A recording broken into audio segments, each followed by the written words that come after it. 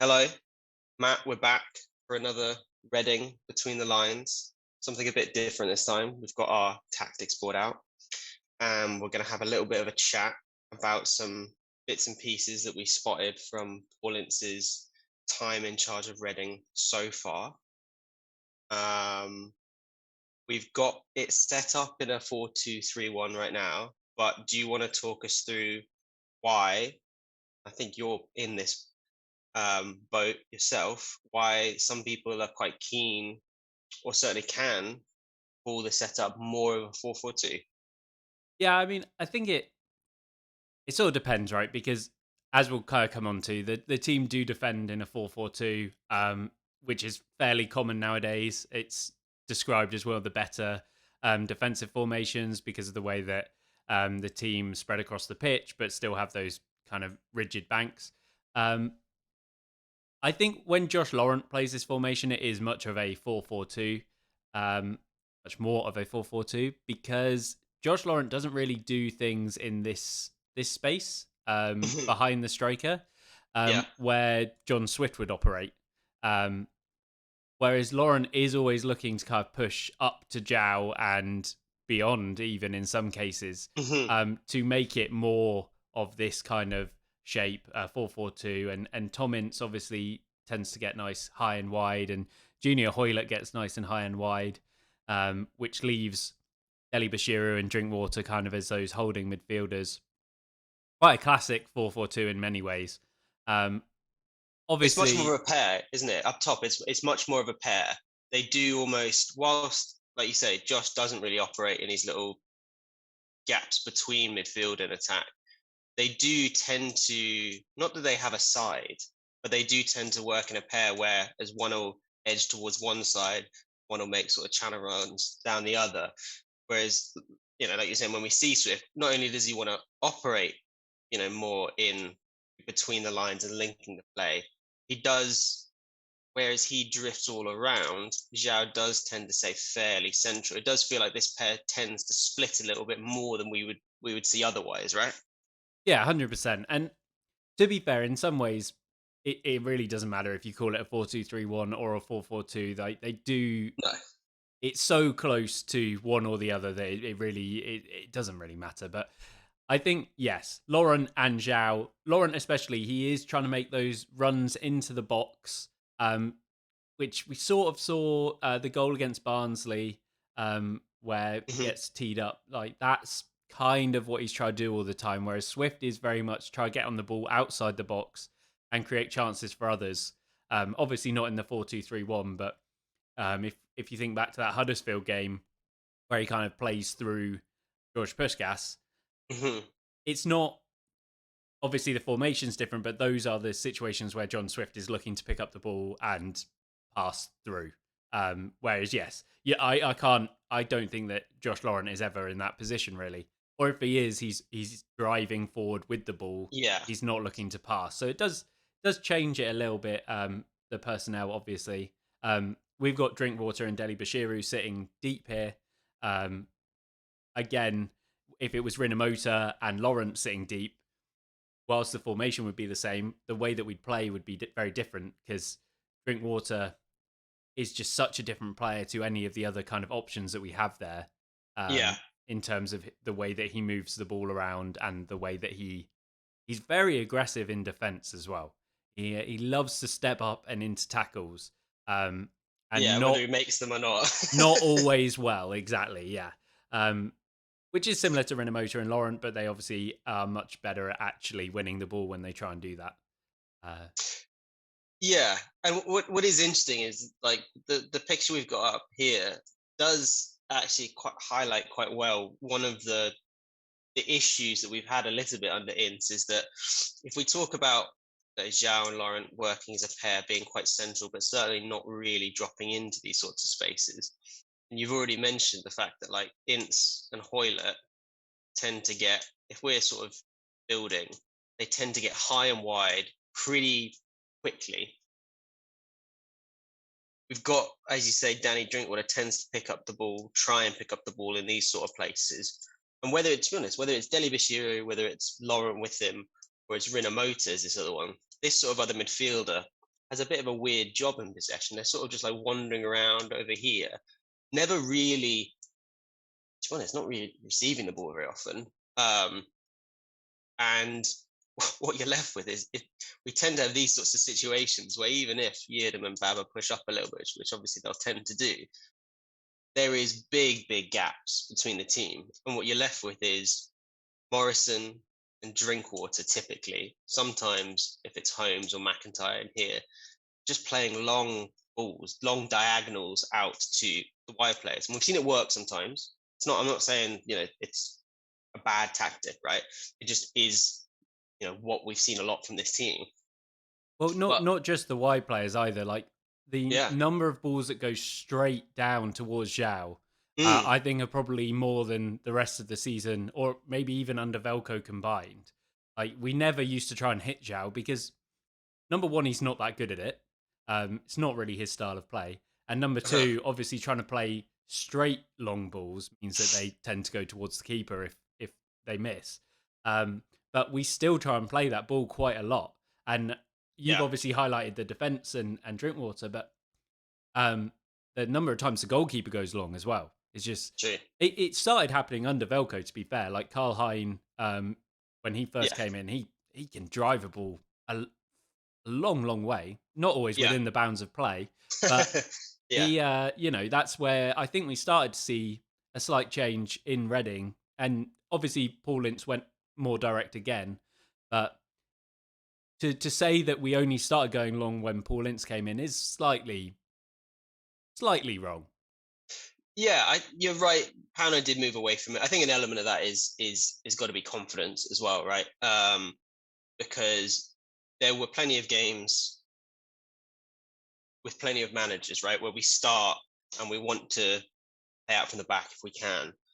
And when players' confidence is a shot, which particularly in that like bad run, November, December time, players' heads were gone a lot of the time, right? So I think you often see managers, if things aren't quite going somebody's way, they'll abandon. That'll be one of the first things that gets abandoned, right? Okay, well, we're not going to set up. Now obviously with the new rules, you can set your centre backs up there and stuff like that, and we have these sorts of situations that gets abandoned very quickly. And you're right, under Ince, we tend to sort of like think about it for a little bit and then end up striking long either to Zhao or to we've try and hit Tom Ince a couple of times, or if we've got Ovi out here instead of Hoylett, that's sometimes a target. But you're right, we'll just try and bypass it. And we've not really seen much of Ince. Um, well, and actually, do you know what? This is probably a good time to be able to say these are things that we've spotted, right? But and we said this in the pod, Paul Ince came in mid-season. I'm sure his first thought was let's shore up the defense. I think he probably said that as well. I'm sure he did. So there's definitely elements that you'd hope, not even just let's say playing out the back, but you'd hope with a full preseason there will be elements of our game that he's having a chance to work on that he didn't prioritize, during the season. But certainly, right, goal kicks tended to go pretty long, tend to go pretty direct. The whole team in general um, was a little bit more direct. I think you picked out some stats on that that you'd shown me. But yeah, the whole team, the length of pass had got longer, right? And I'm right in saying that, right? Yeah. It got longer almost immediately after Paul Ince came in. Interestingly, it started to go back down towards the end of the season, which I'm not sure if that's just because we were safe and we started trying some new things, or whether Paul Ince had decided that actually going super long isn't the best way to do things. Yeah. I imagine it's probably the former rather than the latter. But the thing about Paul Ince having a preseason, and he has said it himself, is you need to get the players in to be able to actually coach them, obviously. And if doesn't really work well if you're listening to the audio version of this, but we've got 11 players on the pitch here. How many of them are actually going to be Reading players next season? You've got, I was going to say Morrison, but even he's not. McIntyre and Zhao are Reading players next season. Yeah. So it's going to And be such a yeah. big overhaul that and this is again where I have slight sympathy for Paul Ince, is that the same thing happened with Paunovic, and almost every manager for the last 4 or 5 years. It feels like they get in players very late. They've had a Mhm. full preseason where they're trying to do one thing, and suddenly, either the squad changes or they've got players who are actually good, but they have to then bed in very quickly, and it's it's still going to be a big job for Paul Ince, even with and especially in this summer where it's a shortened preseason anyway. It's going to be a big job to imprint his ideas on a group of players that might still come in very late. And they've talked a good game about getting players in early. But as we're recording this now, I think there's 9 days to the start of preseason, and not their fault at all. But it's like there's obviously been no incomings, Mhm. and I don't think there's going to be significant incomings for a while yet. No, probably not. And we've already sort of touched on bits and pieces, but like a lot of this is player dependent, right? So like we've talked about Drinkwall's role and the fact that nobody else can play it, and we've talked about how Laurent playing in the 10 is different to like Swift. So you're right, with a whole new set of players, that's going to be um, hopefully, like you say, it's going to take a while. We're not expecting the squad to get built or be ready anytime soon, but there's going to be a whole new set of possibilities in terms of profile of player. Um, One of the other things that Paul Ince, we've touched on it already a little bit. One of the other things that Paul Ince did when he first came in was obviously just look at the defense and shore that up. There was quite a big change in terms of the way we defended. Um, I'm not entirely convinced that it was um, overwhelmingly successful. I think the defense did shore up, but we also have had a few games where we've like shipped goals. But if I put this back to say how we typically set up in defense, which as you sort of talked about is typically a 4-4-2, which we did under Pauno plenty as well. And then when we get into sort of our real defensive third, then that 10 will come back and help out a little bit. But one of the big things he did was drop Pauno's sort of man marking midfield. Um, that was something that we saw Pauno use quite extensively, and we've seen bits and pieces of Ince use it on occasion, but it was one of the first things that got dropped, and it was an issue. I mean, it can work. It was under Pauno. It was a way that we tended to pinch the ball back quite well in order to have counterattacks, which we haven't seen quite as much under Ince. Also, But when you say man marking, so what has Paul Ince done that Paunovic wasn't doing, or vice versa? sure. So typically under Pauno, my view of the game was these three midfielders here typically had a person on the opposition team that they were responsible for. Now, they didn't necessarily take it to the absolute extremes of, man marking, where like, under Mourinho or whatever, you'd have a right back following somebody all over the pitch, right? But they did The Bowen have way. but you did have guys who basically had their roles, right? So the 10 would typically take the deepest lying midfielder who wanted to take the ball off the centre back, and then these two would typically align to, either one would look after a 10 and one would push on to the other deeper midfielder, or they both look after, two midfielders ahead of whoever was the deepest. But they typically stuck with their men. And what seemed to happen a little bit, partly because of personnel. We know that Deli Bashiru isn't the most responsible. We know that Danny Drinkwater is quite prone to rushing out of position. What tended to happen was we'd start off in an okay place. Everybody would have their man. They'd be limiting balls into them, and that was fine. But then, as smart teams do and well coached teams do, the deepest line midfielder would sort of come out here.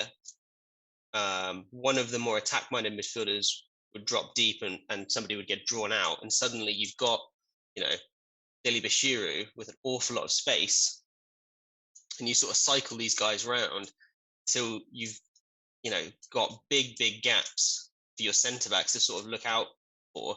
We know that under Pauno, another thing was that the centre backs tended to follow strikers quite deep. And you've got these gaps, you've got these pockets that smart teams will exploit. So one of the first things, as I say, that Ince tended to do was people weren't responsible for men in the middle anymore; they were responsible for space. So even more so than probably uh, under Pauno, this 4-4-2 was really set in a 4-4-2. So when the ball went out to say our left back space, the whole team shifts over, but the midfielders specifically aren't thinking about, okay, who's my man? Am I going to go follow him out into spaces up here? No, they're pretty rigid, pretty set, and that worked. It well, it solved one problem, and then it creates others, because you'd find that people in sort of spaces between, in these sorts of areas, would have a lot of time on the ball, and there wasn't quite as much engagement, but we weren't we're stopping the ball being received in dangerous areas in front of our defense.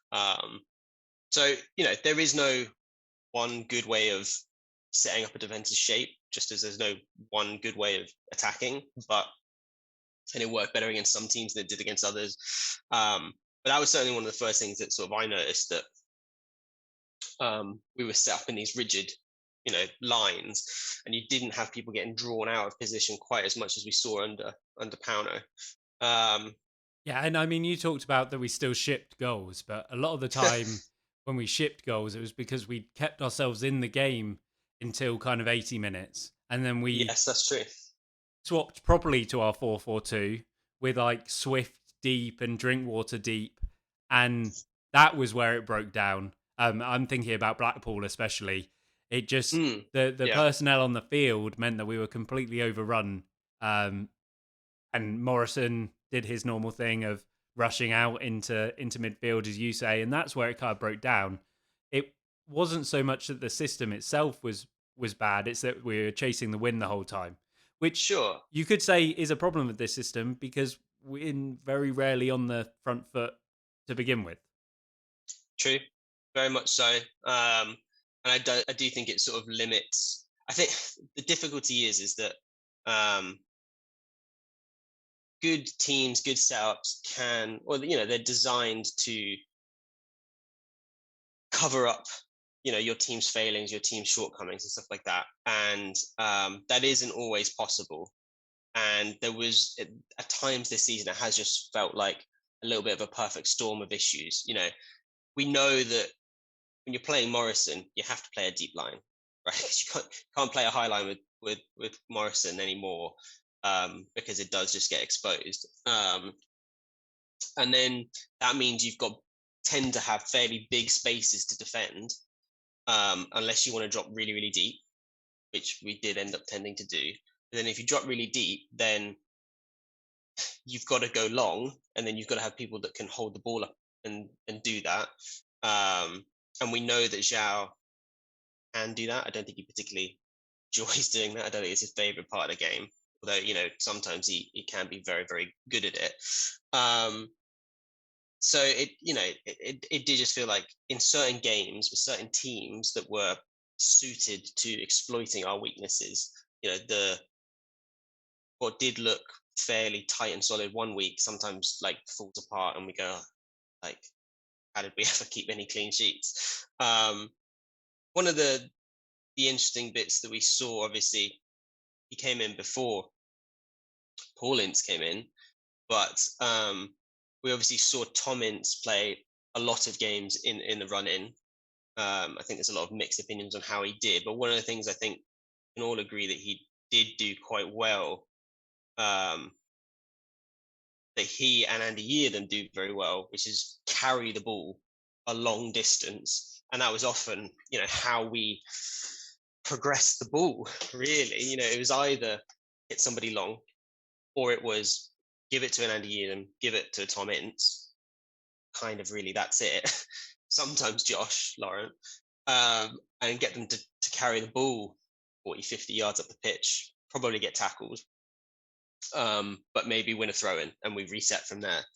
Um, Yeah, I think we saw, and like especially that Barnsley game just after the international break. Um, what I noticed was we'd be defending very much like this, and we'd kind of shuffle over to the left or we'd shuffle over to the right. And then when we won the ball, um, immediately Yeardom and Tom Ince would come out to the right wing effectively to Yeah. to take that space. And more often than not, they'd actually get the ball. But the problem was that Barnsley was so good at swarming, because Yes. that's basically their whole game plan, right? Is just to be very aggressive in defence. That Yeah. they would outnumber us on that side because Yeardom and Tom Ince would be there, but Morrison isn't much help. Drinkwater's slow to get across, and I think Zhao and Laurent they were very much staying in the middle of the pitch at that point, Yeah. and that also is where we kind of broke down because, and Callum will tell you this till the cows come home. Like football is, attack and defense are so linked in football. It's not Yeah. that one influences the other and vice versa. Is that because we're defending like this, it makes it more difficult to attack because, as you say, we're not set up in our offensive shape. And I mean, obviously, we're not gonna ever be coached by Pep Guardiola, but he has some rule about it takes a certain number of passes until before you can properly attack because that's Yeah. how many passes it takes to transition into the shape that you want to be in to attack, and vice versa. It's why so often you get caught when another team wins the ball back because we're not in the shape where we want to defend. We're still in an attacking shape, Yeah. and I think that that's where we're quite close now. The 4-2-3-1 and the 4-4-2, attacking defending, is that we are not venturing so far out of our defensive shape that we're going to get caught, which I think Paul Ince has done quite well, but it also Hmm. sacrifices some attack to be able to do that. And especially when Paul Ince, I think we mentioned this the other day, but when he talks about how he doesn't really need to coach the attack because they're so good, um, Yeah. that's Yeah. a little bit worrying, right? But you understand what he means. Like when you've got Lucas Jow on the pitch, when you've got John Swift, even Drinkwater, Ince, Hoylett, these are great players and very good championship players. But whether they're good enough within this team to be able to do it all themselves, the league table suggests not.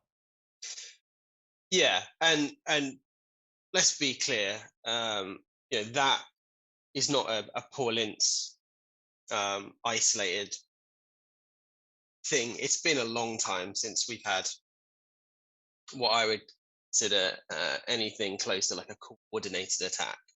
Um, you know, and that isn't, like you say, that's not necessarily um, a deal breaker because if you've got good players and you have ways in which to bring the ball up the pitch and give the ball to those good players, which is something that I think um, not always, but Pauno was at least had a plan of how to get the ball to where he wanted his attackers to be in dangerous places more of the time.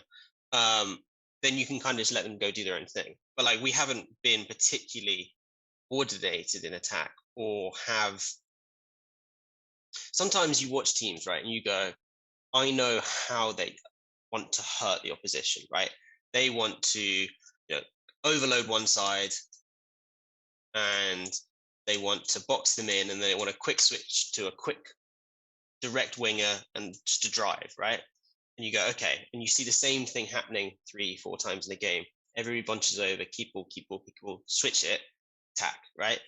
Um, or you see, I want to stretch the pitch really, really wide. I want to hold lots and lots of width, right? Because I want to make space for my number 10 to be able to pick it up in pockets and turn and play passes for people running in, and I want them to hurt people that way. Um, I don't know that we've been able to say under Ince certainly, under Pauno certainly, Bowen, don't get me started.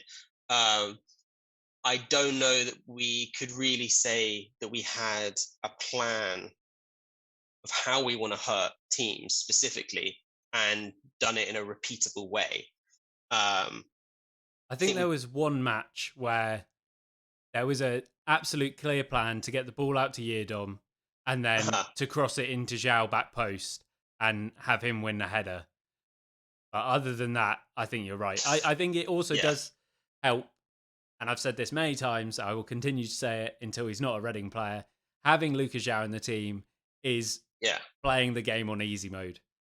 You Any Reading manager has got a tune out of a team with Lucas João in it, and every Reading manager struggles when he's not in it. So yeah.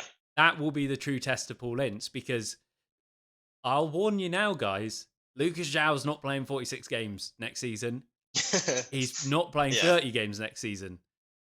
I mean, he might not play one game, let's be real, but yeah, it that is where the system comes in, right? It needs to be able to deal with, and obviously it's quite difficult because there's no like for like replacement for Zhao in the squad. sure. There's not a like for like In the replacement for Zhao championship. in the championship, exactly. You know, Yeah, he on his day he is a Premier League player, and the only reason he's not in the Premier League is injuries. So yeah, you have to come up with a way of playing. And sure, Lucas João gets injured. No, I don't think anyone's really saying the next game you should just be able to switch it on no, immediately, but you need to be able to come up with a plan to play without him. And obviously, it helps when you have a better striker than Sam Baldock to come on. Um, sure. so that's where squad building is also so integral to this. But I do think to be fair, and I think you're right. I think we're probably going to find out.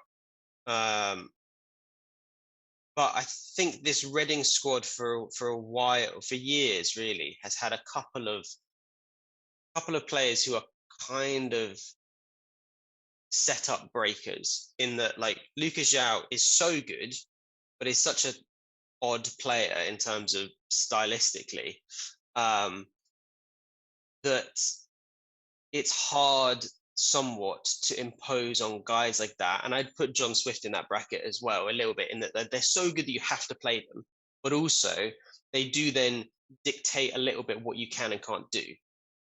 Because you're not going to, there's no point having Lucas Zhao and then setting up in a 4-4-2 and just say, Lucas, just go run the channels all day, right? And we're just going to pump balls into channels and you hold that up, right? Because that's not going to get the best out of him. You kind of do have to sort of say, no, Lucas, you kind of just you do a little bit what you want to do.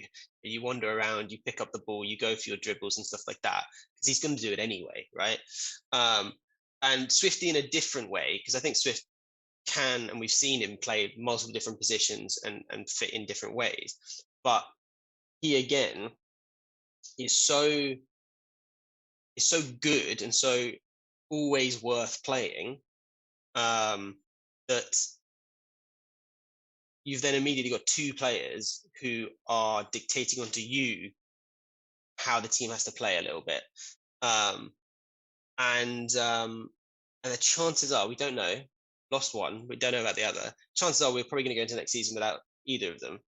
And I don't think anybody else in the squad, I mean, we talked a little bit about like Morrison forcing a deep line and stuff like that, but I don't think any other player in the squad, um, and I'll include the players who've been offered contracts but not signed them yet. I don't think anybody else in the squad at the moment is A, so influential, B, so um, so influential in terms of the team, but also influential in terms of the style, that we're going to have the same problems, right? Like in theory, Paul Ince this summer, with the players who've been offered contracts and the players who are going to be here next season, if we imagine that Lucas João gets sold, and the players he brings in, he really does have a blank canvas in terms of he can take this team in whichever direction he wants. Whereas I don't think that was the case last summer, because you know you're going to have João probably, and you knew you're going to have Swift, so that dictates straight away. Okay, well, we have to do something, right?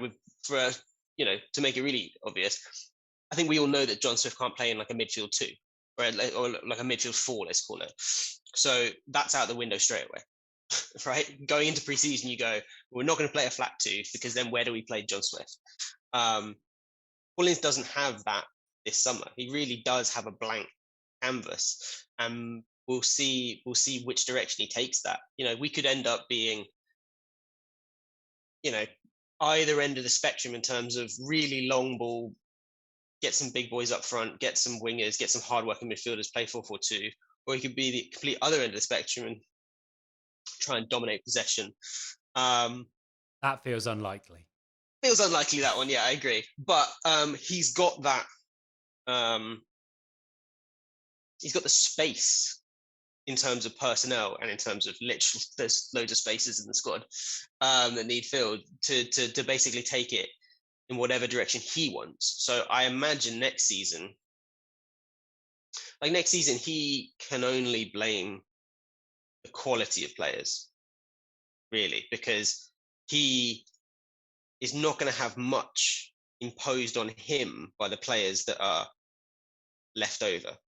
He's Yeah, going to although sign the players he wants. Sorry, he's not going to that's sign the players well, he yeah, wants. exactly. He's He's going to not. sign the players he gets, Yeah, right? And that is going to hamstring him, I'm sure, plenty. But equally, there's enough players out that, like, we know we're not going to be re-signing Halilovic. I don't think we're going to be seeing any players like Halilovic come in. So he's gonna be able to take this team in whatever direction he wants. And there's not that many managers who think have that, really, because there's always baggage. Nobody else is going into a summer like we're going into this season. I know obviously a couple of teams have. Wigan obviously did. They had like no players and stuff, but and ended up being very successful. So hopefully we'll have the same result, but I somewhat doubt it. yeah, But it'll be interesting to see which way he takes it. yeah, 100%. I mean, yeah, the big caveat is he might be able to sign whoever he wants, but equally, there's still a big wage cap, and there's Yeah. still Oh yeah. other things that we have to talk about. So it's not that simple, but I agree that he can at least look for the profile of player that he wants, Yes. if Yeah. Yeah. if not, the first choice, and that will be very interesting. But I think that's enough for today. We'll probably be back in a couple of weeks, I think, when we have a bit more of an idea about some of the squad. Hopefully, Hopefully. yeah, Hopefully. that will be the start of preseason, I believe. Yeah. So yeah, we'll come back then. We'll talk about kind of the state of the squad and any holes in it, I guess, which I imagine there will be many. Plenty. Yeah. Absolutely, absolutely. So yeah, see you guys then.